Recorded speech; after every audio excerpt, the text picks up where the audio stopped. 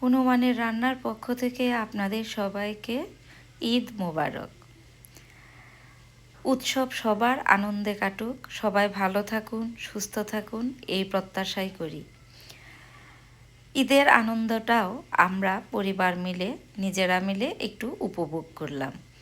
সেই হিসেবে ভালো কিছু রান্না করলাম, সবাই মিলে একটু খাওয়া দাওয়া, গল্প করা, এইভাবেই আমাদের ঈদ উদযাপন হলো। ছুটির দিন, তাই সবারই একটু সময় আছে, সবাই মিলে একটু আড্ডা দেওয়া, ভালো কিছু খাওয়া, গল্প করা, এই নিয়েই আমাদের ঈদ কেটে গেল। আজ আমি দুটো রান্না আপনাদেরকে হনুমানের রান্নাতে শেয়ার করব। আমি কিভাবে সাদা পোলাও রান্না করি এবং মাটন কারি কিভাবে রান্না করি, তাই আজ হনুমানের রান্নাতে আপনাদেরকে শেয়ার করব। আরও কিছু রান্না আমি করেছিলাম, কিন্তু সেগুলো ভিডিও করতে পারি নাই সময়ের অভাবে, তাই দুটো রান্না ভিডিও করেছি। এই দুটো রান্নাই আপনাদের সাথে শেয়ার করব। পোলাও, সাদা পোলাও রান্না করার জন্য আমি কালো জিরার চাল নিয়েছিলাম। সেই চালগুলো ধুয়ে পানি ঝরিয়ে রেখে দিলাম।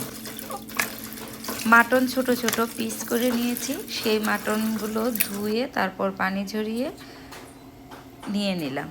এবার তাতে হলুদ গুঁড়ো, মরিচ গুঁড়ো, জিরার গুঁড়ো, ধনিয়ার গুঁড়ো, তারপর পরিমাণ মতো লবণ, পেঁয়াজ বাটা, রসুন বাটা, আদা বাটা, সব উপকরণ দিয়ে তার মাঝে সামান্য একটু দই দিয়ে দিলাম। দই দিয়ে তারপর তাতে তেল দিয়ে মাটনটাকে খুব ভালো করে মাখিয়ে নিলাম।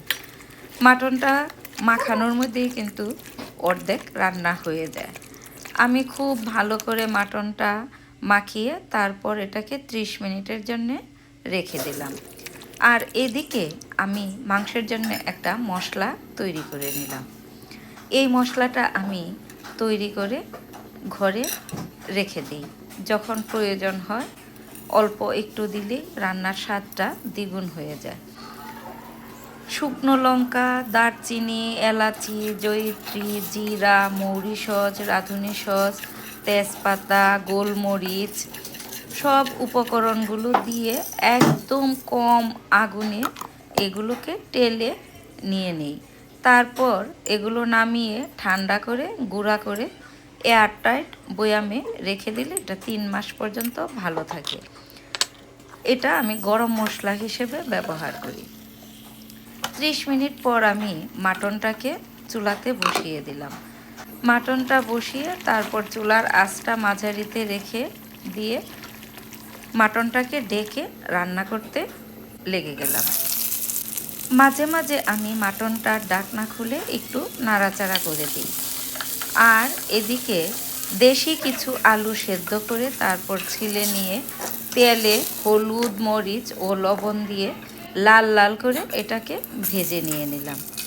আর দুটো রসুন, আস্ত দুটো রসুন ও 4-5টা পেঁয়াজ আস্ত এরকম এই তেলের মধ্যে একটু নাড়াচাড়া করে নিলাম, যাতে পেঁয়াজ ও রসুনের কাঁচা গন্ধটা দূর হয়ে যায়, কিন্তু এটাকে ভাজা হবে না। তারপর আমি পেঁয়াজ, রসুন ও আলুগুলোকে নামিয়ে রেখে দিলাম। এদিকে ঢাকনা খুলে একটু পর পর আমি মাটনটাকে নাড়াচাড়া করে নিচ্ছি।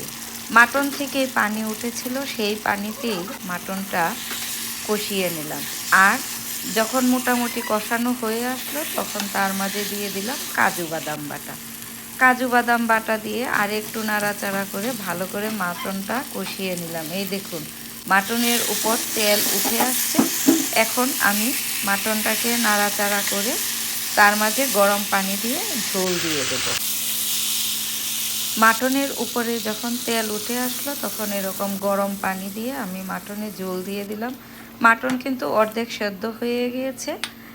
আর ঝোল দেওয়ার পর ঝোলটা উতলিয়ে ওঠার পর তার মাঝে ভেজে রাখা আলু, তারপর পেঁয়াজ ও রসুনগুলো দিয়ে দিলাম।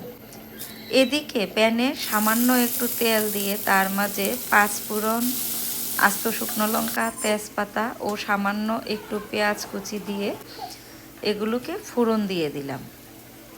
পেঁয়াজটা যখন বাদামি হয়ে ভাজা হবে তখন আমি এটা মাংসের মধ্যে ঢেলে দেব।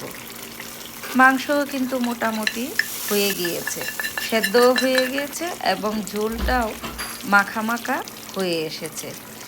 মোটামুটি যখন মাংসটা হয়ে আসলো, তারপর উপর থেকে আমি যেই মাংসের মশলাটা বানিয়েছিলাম সেখান থেকে অল্প একটু মশলা উপর থেকে ছিটিয়ে দিলাম। আমার মাংসটা কিন্তু হয়ে এসেছে, মাখা মাখা একটা মাটন কারি হয়ে গেল। এবার আমি পোলাওটাকে রান্না করব।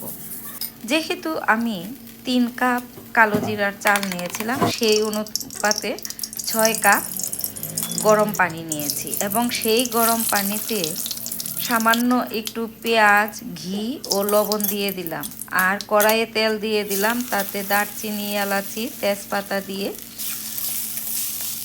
পানি ঝরিয়ে রাখা কালো জিরার চালটা দিয়ে একটু নাড়াচাড়া করে নেব। হালকা একটু চালটাকে ভেজে তারপর ওই ফুটন্ত গরম পানিতে দিয়ে দেব। চালটা দিয়ে নাড়াচাড়া করে নেব, তারপর তাতে গুঁড়ো দুধ ও সামান্য চিনি দিয়ে দেব।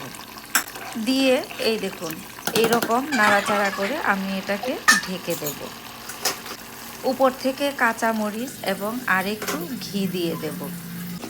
তারপর দিব কয়েকটা আলু বোখারা ও কেওড়ার জল এবং গোলাপ জল দিয়ে পোলাওটাকে একটু নাড়াচাড়া করে, এরকম একটা কাঠির সাহায্যে নাড়াচাড়া করে আবার দমে রেখে দেব। হয়ে গেল কিন্তু আমার সাদা ঝরঝরে পোলাও।